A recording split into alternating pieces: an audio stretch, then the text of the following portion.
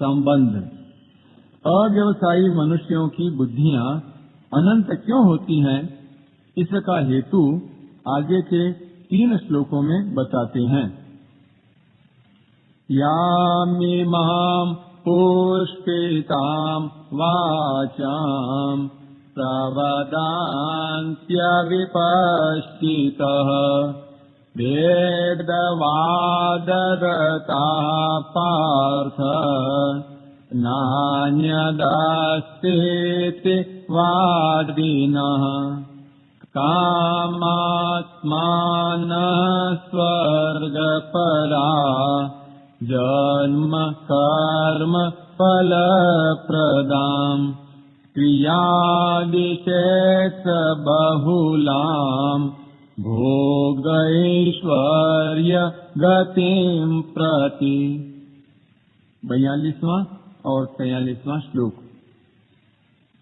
हे पृथानंदन, जो कामनाओं में तन्मय हो रहे हैं, स्वर्ग को ही श्रेष्ठ मानने वाले हैं, वेदों में कहे हुए सकाम कर्मों में प्रीति रखने वाले हैं, भोगों के सिवाय और कुछ है ही नहीं ऐसा कहने वाले हैं, वे अविवेकी मनुष्य इस प्रकार की जिस पुष्पित यानी दिखाऊ शोभायुक्त वाणी को कहा करते हैं, जो कि जन्म रूपी कर्म फल को देने वाली है तथा भोग और ऐश्वर्य की प्राप्ति के लिए बहुत सी क्रियाओं का वर्णन करने वाली हैं।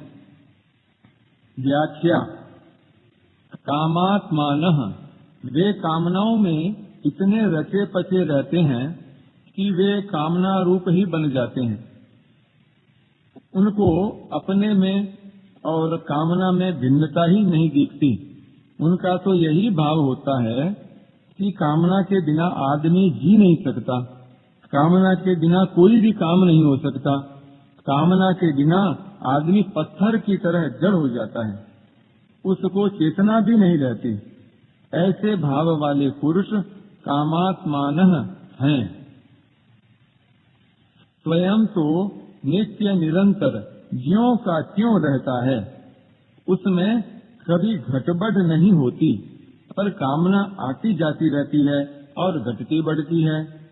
स्वयं परमात्मा का अंश है और कामना संसार के अंश को लेकर है। अतः स्वयं और कामना ये दोनों सर्वथा अलग अलग हैं, परंतु कामना में रचे पचे लोगों को अपने स्वरूप का अलग भान ही नहीं होता। स्वर्ग पराहा, स्वर्ग में बढ़िया से बढ़िया दिव्य भोग मिलते हैं, इसलिए उनके लक्ष्य में स्वर्ग ही सर्वश्रेष्ठ होता है और वे उसकी प्राप्ति में ही रात दिन लगे रहते हैं। यहाँ स्वर्ग पराह पद से उन मनुष्यों की बात कही गई है जो वेदों में शास्त्रों में वर्णित स्वर्ग आदि लोकों में आस्था रखने वाले हैं।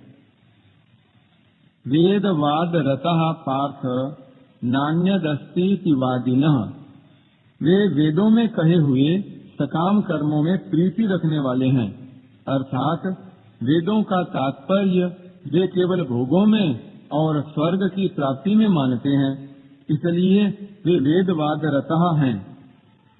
उनकी मान्यता में यहाँ के और स्वर्ग के भोगों के सिवाय और कुछ है ही नहीं, अर्थात उनकी दृष्टि में भोगों के सिवाय परमात्मा, तत्वज्ञान, मुक्ति, भगवत प्रेम आदि कोई चीज है ही नहीं। अतः वे भोगों में ही रचे पचे रहते हैं। भोग भोगना उनका मुख्य लक्ष्य रहता है।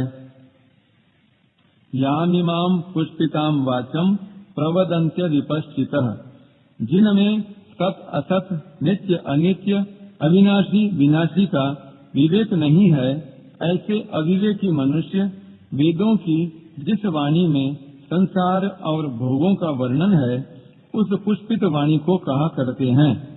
यहाँ पुष्पिताम कहने का तात्पर्य है कि भोग और ऐश्वर्य की प्राप्ति का वर्णन करने वाली वाणी केवल फूल पत्ती ही है, फल नहीं है। तृप्ति फल से ही होती है, फूल पत्ती की शोभा से नहीं। वह वाणी स्थायी फल देने वाली नहीं है। उस वाणी का जो फल स्वर्ग आदि का भोग है, वह केवल देखने में ही सुंदर दिखता है, उसमें स्थायीपना नहीं है। जन्म कर्म फल प्रदान, वह पुष्पित वाणी जन्म रूपी कर्म फल को देने वाली है, क्योंकि उसमें सांसारिक भोगों को ही महत्व दिया गया है। उन भोगों का राग ही आगे जन्म होने में कारण है। क्रिया विशेष बहुलाम भोगैश्वर्य गतिम प्रति, वह पुष्पित अर्थात दिखाऊ शोभायुक्त वाणी भोग और ऐश्वर्य की प्राप्ति के लिए जिन सकाम अनुष्ठानों का वर्णन करती है, उनमें क्रियाओं की बहुलता रहती है, अर्थात उन अनुष्ठानों में अनेक तरह की विधियां होती हैं, अनेक तरह की क्रियाएं करनी पड़ती हैं, अनेक तरह के पदार्थों की जरूरत पड़ती है, एवं शरीर आदि में परिश्रम भी अधिक होता है।